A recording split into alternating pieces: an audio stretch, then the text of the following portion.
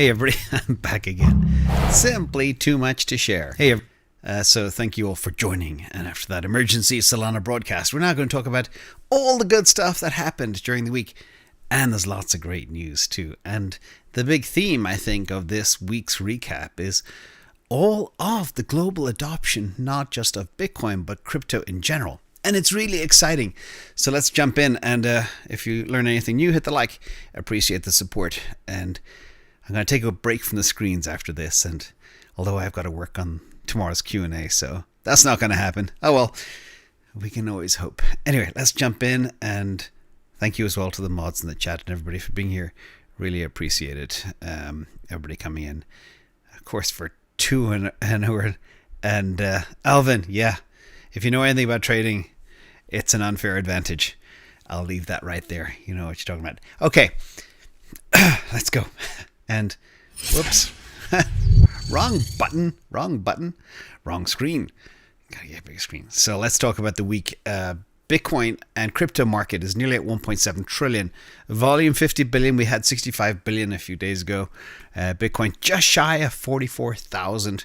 Bitcoin dominance just over 50.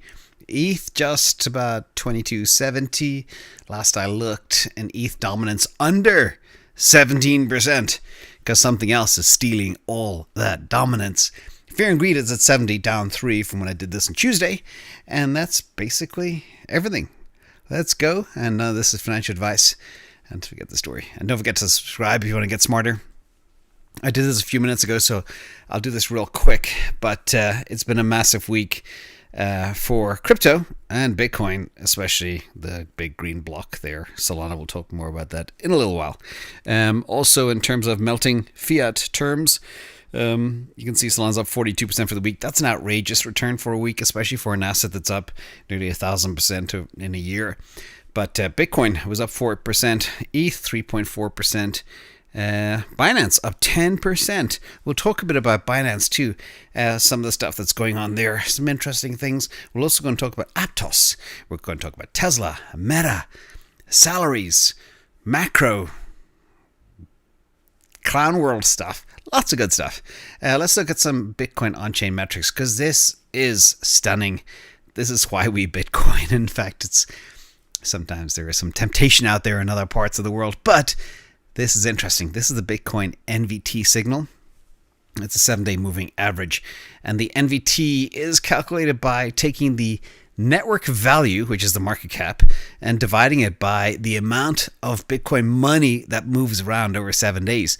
And we just hit a 5-year high. All right. That's really good about that is that means a high NVT signal suggests that the Bitcoin network value is high compared to the amount of value being transmitted on its network, which indicates the network is, in some cases, either overvalued or used a lot. And in this case, I believe it's used a lot, which is good. This would normally rattle people, but so early in the cycle, I mean, everything is different this time around. I'm very tired of saying that. That's been the whole broken record all year, but it really is.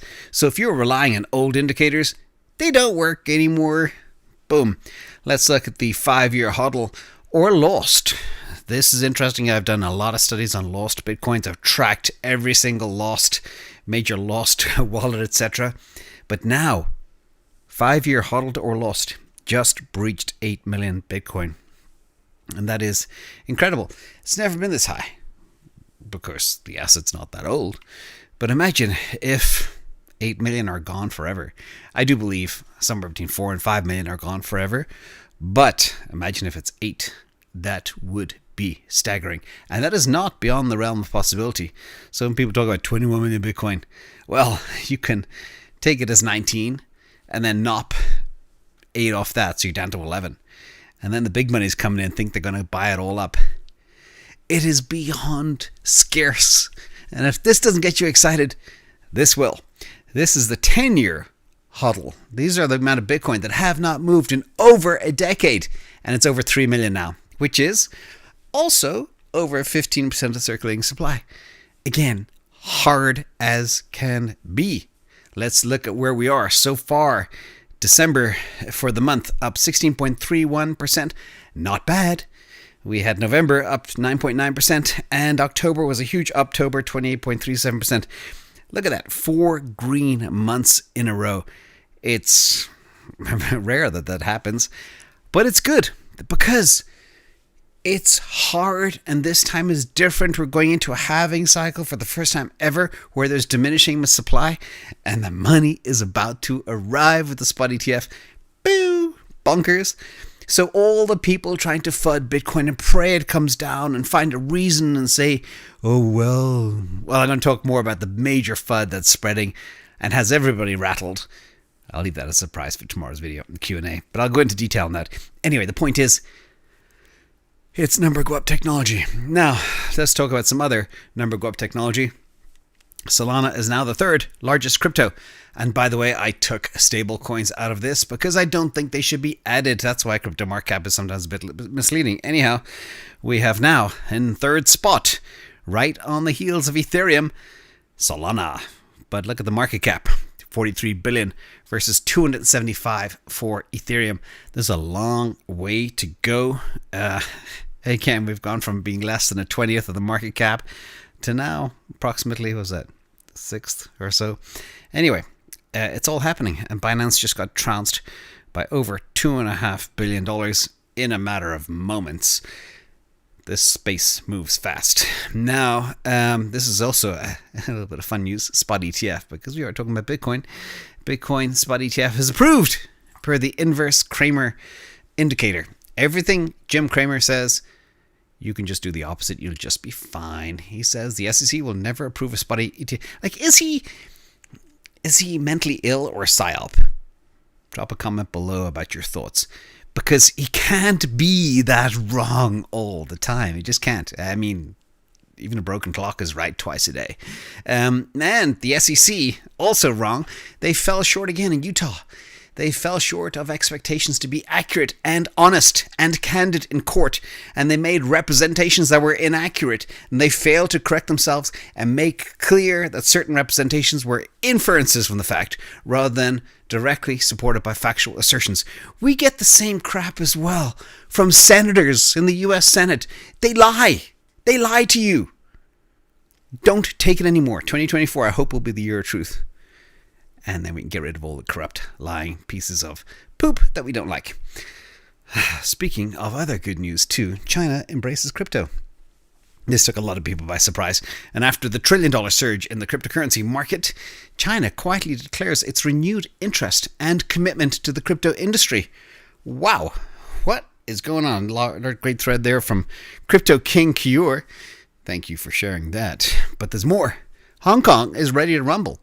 Hong Kong is like the financial capital of, you could call, not mainland China, outside mainland China, but controlled by China.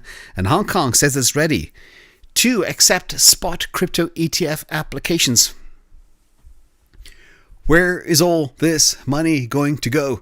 And there's still people out there who are bearish. I don't know, head scratcher. Moving on, in other Bitcoin news too, troubled economies are turning to Bitcoin. Great piece here from Angela on Crypto Slate. Sir Winston, you're so kind. But they talk about how Bitcoin pairs around the world are exploding upwards. Whether you're talking about the Argentine peso, the Nigerian naira, the Turkish lira, Russian ruble, etc. It's showcasing how Bitcoin is the flight to safety for many around the world. And by the way, if you think your fiat currency in your home country is safe and it's not related to these, no, they're all bad. So that's just reality. Now, we've been talking about the path to 1 billion users for a long time. I talked about this earlier today, but it is huge. Looking ahead to 2024 from Bitfinex, they believe we could easily get to 950 million crypto users next year in 2024. 950 million is so close to 1 billion. Again, all it takes is a game or some addictive app that drives people, and we get to 1 billion users. Once that happens, Metcalfe's law will explode the value of the total crypto market cap. It'll float all boats and things will be amazing. Thank you so much, Jimmy, for coming. Now, I also touched on this briefly as well, but just a quick shout out to some of the action over the last week. I do this every week, so I'll keep with the trend. The year-to-date winner, up over 900%, is Solana. TVL winner for the last week, up 25%, is Solana. Daily fees winner, up 194%, is Solana. See a pattern here, anybody? But there's some change. Weekly active developers in Binance is up 80%. They now have 8 developers instead of 4 or 5. And remember, the base is low. Also, daily active users in Aptos is up 94%, but that was also a very low base. And daily transactions is up 90% on Aptos too. So that's what we're talking about, Aptos. Some other chains are really popping right now. But it's interesting to see activities is really bubbling up on the new stuff, not the old stuff. That's why we don't play with the old stuff here. We like the new shiny stuff. In addition, I covered this earlier yesterday too, but again, it's important because it's all about relative market caps. And, SOL market cap is now 42 billion, ETH 275. I just covered that. DEX volumes are smashing it on Solana. It is the black hole.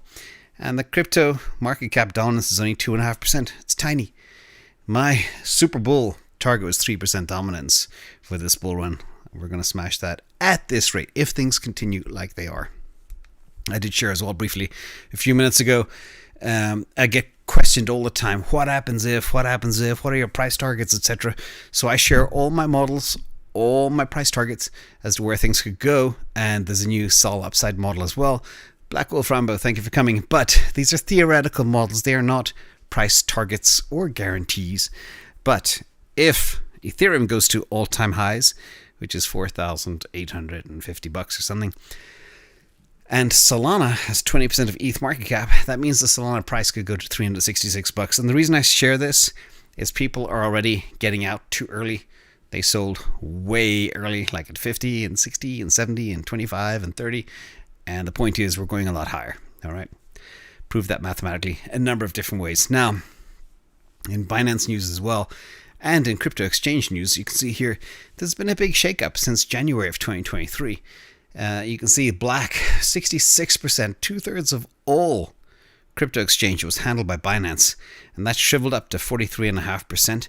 And it means other players like OKX, what else is popping? But you can see Upbit, Bybit are all gaining as market share falls. But also, I do believe DEXs will start taking a huge chunk of this too, because DEXs are better, cheaper, faster, and much easier to use as well. Now, another view of how Binance is shrinking from Keiko. You can see here the volume in gold. It used to be the 800-pound gorilla, and it's just dwindling away. But they are doing things. You can see, as I shared previously, their number of developers has gone up by 80%. From 5 to 8 over the last week. So I think Binance is now reinvesting in the business, and maybe they can come back as well. But they have a lot of work to do. In addition, I shared that already. Let's talk about stock market real fast, and then go into some other macro stuff. But this is the stocks for the week. Is not the bonkers week we expected in December, but it's not bad. Google up over 6%, Meta up nearly 6%, Amazon 2.3%, etc. Nvidia flat. Tesla flat. So not completely crazy, but also very volatile for trading. And there's another great view as well from the Keiko team about correlation with Nasdaq. I always cover this in Octa, but this shows you the extreme lack of correlation between Bitcoin and Nasdaq, which means Bitcoin is now not a risk asset and it moves different. Or maybe it's just moving way faster than Nasdaq is as well. Who knows? All good news anyway. In addition, I thought this was interesting. Shout out to Sanjay for sharing. Meta pays very well. If you look here, if you want to be an engineer and earn 7 digits at level E7, total compensation package for Facebook is $1.02 million per year per developer. Stripe is number 2 in San Francisco. By the way, Menlo Park in San Francisco, about 25 miles from each other, is $940,000 for Stripe. Pinterest, $870,000. Do people still use Pinterest? Uber, $830,000. Apple, $825,000. Cruise, I thought they were shutting that thing down. $819,000. But shout out to General Motors paying those huge salaries that do nothing. Wow, what a waste of money. Airbnb, $810,000. So Just to give you some perspective of comp packages, they are kind of crazy. In addition, Dan Ives has updated his target for Tesla. He expects a $1 trillion market cap again in 2024 and a price target of $350, which is awesome. And that was up, I think, from $310 to $350. I think we could go a lot higher, but the way these analysts work anyway is they just whatever, they watch the price, and then when it gets close they up it more, and then when it gets close they up it more, and that's just what happens. Same thing happens if the stock goes down, they reduce it. So it's not based on science or fact, it's just finger in the air. In addition, Jonas from Morgan Stanley, Adam Jonas, has one of the top price targets for the institutional analysts, which are ranked by TipRanks, which is a pretty good site. So it's good to see Dan Ives up there with Adam Jonas, but Adam Jonas has a $380 target on Tesla for next year. We'll see how it goes. Remember, with all the tailwinds, and once the analysts are whipping out their calculation and realizing it's not a car company, things will go absolutely crazy real fast. Sorry, people blowing up my text here. Let me see if I can shut this thing down. How do I? I can't even do it. Anyway, forget about that. That's Tesla news. Now, speaking of Tesla, X payments are coming mid-2024. There was a great Spaces with Cathie Wood and Elon Musk this week and a whole bunch of other people. And there was so much to learn just from that conference call. So if you missed it, check it out this week as well. Every time you listen to Elon talk, you get smarter. That's just a fact of life. Also, the BTFP program that we speak about, it's kind of like stealthy money printing. But here, the Fed's bank term funding program rose to a record. And it keeps going on, and it's paid for by the taxpayer. And now the spread is 52 basis points, paid for by you. Why is this crazy? Well, if you hang on a second. There it is, out of order. This is the BTFP clown show.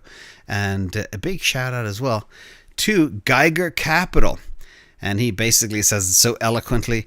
Banks are now making money by borrowing from the Fed's newest bailout facility, BTFP, which charges a lower rate and then just parking that money into another spot at the Fed, which pays a higher interest rate. They're arbitraging the Fed itself. No risk. Absolute clown show. This is what I call, in my basic language, robbing Peter to pay Paul, all paid for by the taxpayer. It's... I don't understand. And in SpyCoin news, and shout out to all the cryptocurrencies that are now pivoting to creating CBDCs so governments can spy on their people, this is a quick update of where central bank digital currencies have issued digital currencies. Places like Bahamas, Jamaica, Nigeria, etc. But pilots are wrapping up soon in other parts of the world. You can see where they are too, and they're coming fit, fast, and furious. Fortunately, US is still a bit yellow, but they have a plan for one too in the next year or two, and the rest of the world is rolling into it. You see the places like South Africa, Australia, Brazil. It's Canada. Scary times ahead, and of course mainland Europe. And be careful. They have plans for you and your wealth and your money. Do not be part of their plans. Now is the time to prepare. Don't wait for the roof to fall before buying a helmet. Okay? So with that, everybody, sorry to end on a damp note. Been a long day, and it's Saturday. Thank you all for coming. Hit the like if you learned anything or enjoyed the content. And thank you to everyone on Patreon as well. And thank you to all the beautiful mods in the chat.